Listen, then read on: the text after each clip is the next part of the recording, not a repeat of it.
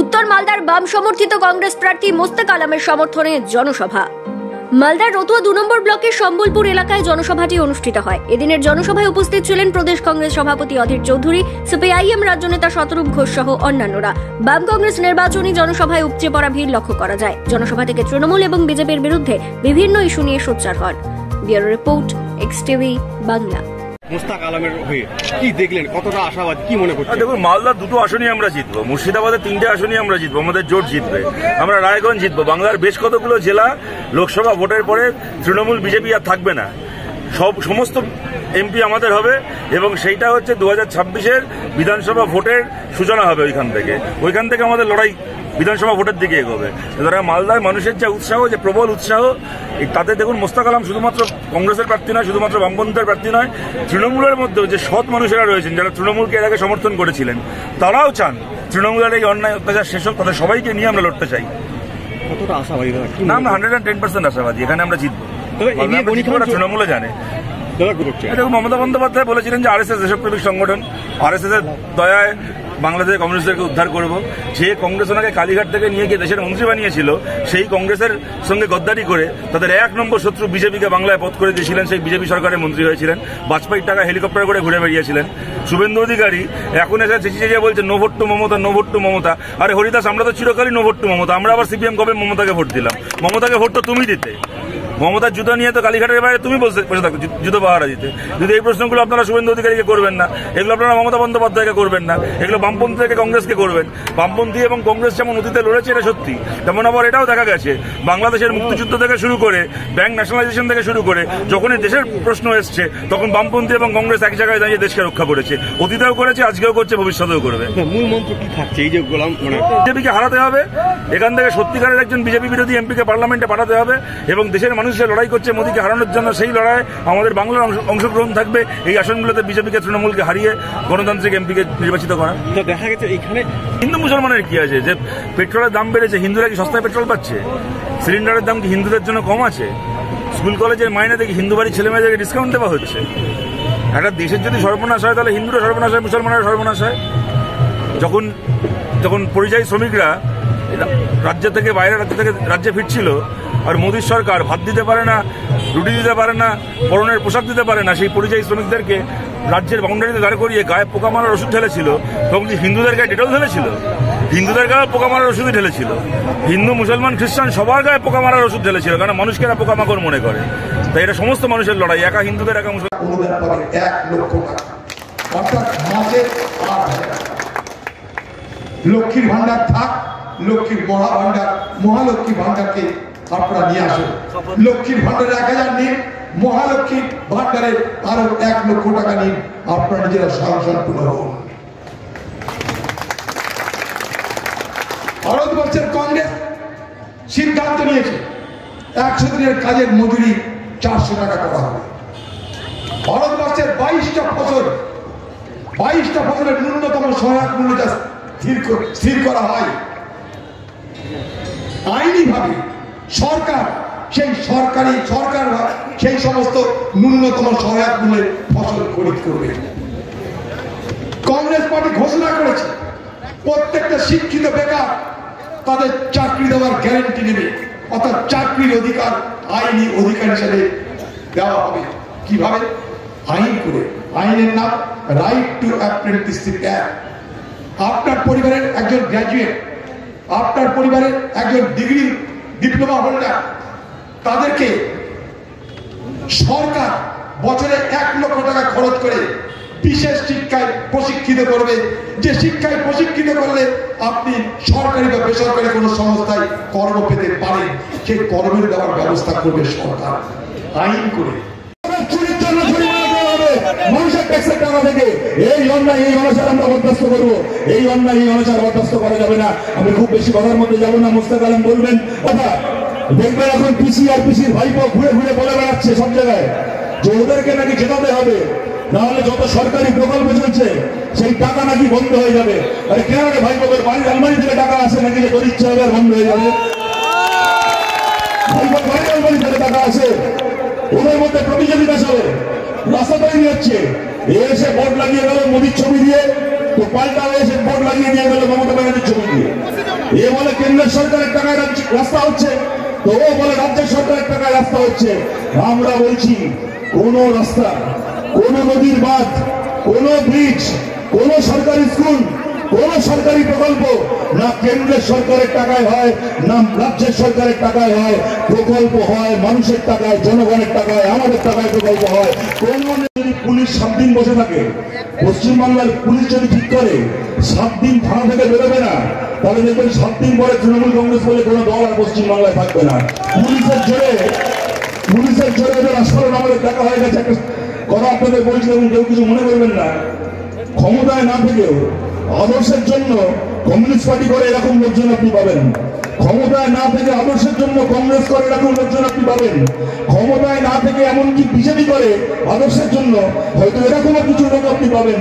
কিন্তু সোজা ভাষায় বলছি, কিছু মনে করবেন না। 2 পয়সা মাল কামানো ধান্দা ছাড়া তৃণমূল করে এত বড় মহাপুরুষ আমি আমার জীবনে দেখে নিয়ে আসছি।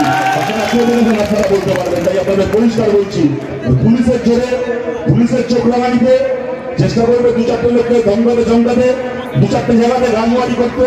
ওরা যে ভাষা বোঝে ওদের সঙ্গে সেই ভাষায় কথা বলে ওদেরকে ঢুকে দিতে হবে। সমস্ত সিপিআইএম এর যারা কর্মী সমর্থক আছেন আপনাদের সবাইকে বলছি, উত্তর মালদায় মোস্তাক আলম শুধুমাত্র কংগ্রেসের প্রার্থী নন। উত্তর মালদায় মোস্তাক আলম বামফ্রন্টের প্রার্থী, আমাদের প্রার্থী মোস্তাক আলম বাম কংগ্রেস জোটের প্রার্থী। যা লড়াই করতে হয় তৃণমূলের গুন্ডাদের বিরুদ্ধে, রাস্তায় লড়াই, বুথে লড়াই, গণনা কেন্দ্রে লড়াই, যাবতীয় লড়াই করে মোস্তাক আলম যেখান থেকে জিতিয়ে আমাদেরকে বাড়াতে হবে। বাংলা মোকদ্দমা পতাকা আর জাতীয় কংগ্রেসের তেরঙ্গা পতাকা। আমরা বিজেপির বিরুদ্ধে ছিলাম, আমরা বিজেপির বিরুদ্ধে আছি, আমরা বিজেপির বিরুদ্ধে থাকবো। বিজেপিকে তাড়িয়ে নতুন সরকার করার জন্য আমাদের লড়াই। এই লড়াই খালি আমাদের, এই জোট মানে খালি আমাদের জোট নয়, বামপন্থীদের সঙ্গে কংগ্রেস। নির্বাচন, দিল্লির নির্বাচন, গদ্দার নরেন্দ্র মোদী, অমিত শাহ, এদের বিরুদ্ধে আমাদের লড়াই। 2024-এ ভারতবর্ষের মাটিতে ইন্ডিয়া জোট রাহুল গান্ধীর নেতৃত্বে আসবে। নয় গদ্দার নরেন্দ্র মোদী ভারতবর্ষের মানুষকে তারা শাহী সরকার দিয়ে তারা করে দিয়েছে, সেই গদ্দারের সরকার থাকবে। এরই লড়াই আজকে আমাদের হবে। আরেক পার্টি বাংলার মুখ্যমন্ত্রী মমতা ব্যানার্জি, তাদেরও প্রার্থী আছে এই নির্বাচনে। আমি মনে করি মালদার মাটিতে তাদের খাতা খোলার কোনো জায়গা নেই, কারণ বেঙ্গল পুলিশের জায়গা নেই। 42টা আসন নিয়ে দিল্লি দখল করা যায় না। ভোটের পর নাগরিক আইন বাতিল করে দিল, ভোটের পর এনআরসি বাতিল করে দিল। আমার মাথায় ঢুকল, নাগরিক আইন কেন্দ্রের আইন, রাজ্য বলতে পারে আমি এটা পালন করব না। দিদি কবে বলছে? 5 বছর পর। 2019 সালে আইনটা চালু হয়েছিল, সে আইন মোদী চালু করতে পারেন, কারণ সে আইন সংবিধান বিরোধী আইন, মোদী জানে। আজকে ভোটের আগে নাগরিক আইনের গল্প করছে মোদী, নাগরিক আইনের গল্প করছে অমিত শাহ। তাদের সুরে সুর মিলিয়ে বাংলা দিদি বলছে আমি এবার নাগরিক আইন বাতিল করব। আমি দুজনকে প্রশ্ন করতে চাই, 5 বছর তোমাদেরকে অপেক্ষা করার জন্য কেউ কি কষ্ট কাটিয়েছিল? দিদি 5 বছর যদি অপেক্ষা করলে কেন? নাগরিক আইন বাতিল করার যদি ক্ষমতা থাকে, এনআরসি বাতিল করার ক্ষমতা থাকে, 5 বছর তুমি চুপ করে থাকলে কেন? কারণ ওরা জানে এগুলো বলার সময় আছে। মনে আছে আপনাদের? নাগরিক আইন, নাগরিক আইন, নাগরিক আইন নিয়ে চলে আসছে মোদী, দিল্লি থেকে 500 ভর্তি করে নাগরিক আইন নিয়ে আসছে। আগে মাথায় হিজাব বেঁধে আল্লাহু আকবার বলে বলছে আমি এবার মুসলমানদের টাকাবো, আমি মুসলমানের মাসিয়া, তোমরা আমাকে ভোট দাও। দেখলেন ভোট আপনারা? লক্ষ্মীর ভান্ডার 500 থেকে 1000 করেছে, সরকারি যোজনা কেউ কেড়ে নিতে পারে না। রাজ্যের প্রকল্প কেউ কেড়ে নিতে পারে না, কোন রাজ্যের কোন প্রকল্প কেউ কেড়ে নিতে পারে না।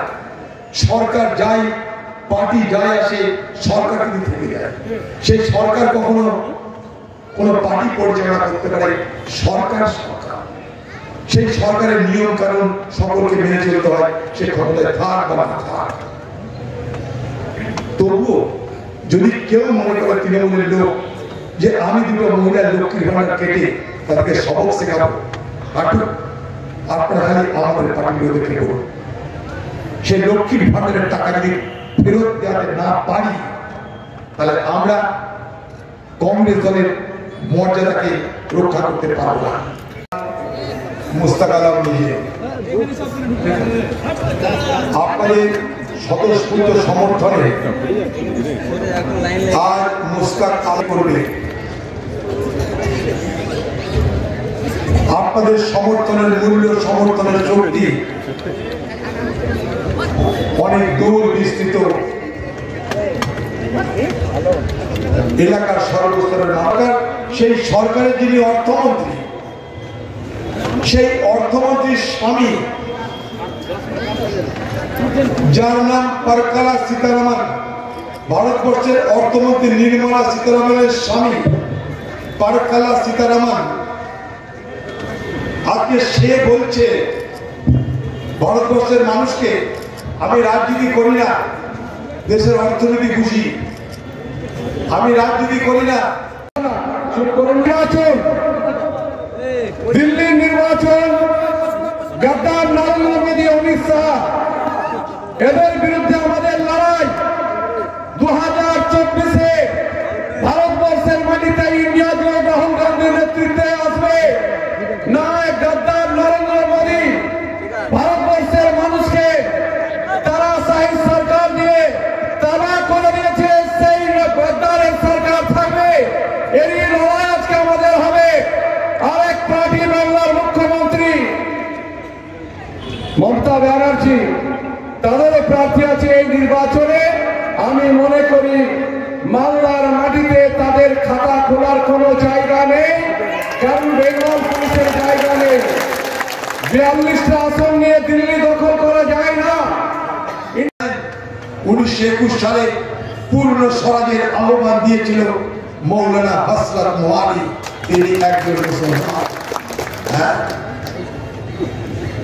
ভারতবর্ষের মানুষ স্বাধীনতার সময় শুনেছিলেন একটা স্লোগান জয় হিন্দ, সেই জয় হিন্দ স্লোগানটা নির্মাণ করেছিলেন একজন মুসলমান। মহাত্মা আন্দোলন শুনেছিলেন আপনারা, সেই ভারত ছাড়ো আন্দোলনে আপামর ভারতবর্ষ অংশগ্রহণ করেছিল, সেই স্লোগানটার জনক ছিল একজন মুসলমান, নাম মেহেরা। তেরঙ্গা পতাকা নিয়ে বড় বড় বাহাদুরি দেখাচ্ছে। এই তেরঙ্গা পতাকা তৈরিতে কাদের অবদান ছিল জানেন? মেঘরানি, আরেকজন সুরাইয়া তাইয়বজি, এক মুসলিম মহিলা। এই ভারতবর্ষ সবাই মিলে করেছে।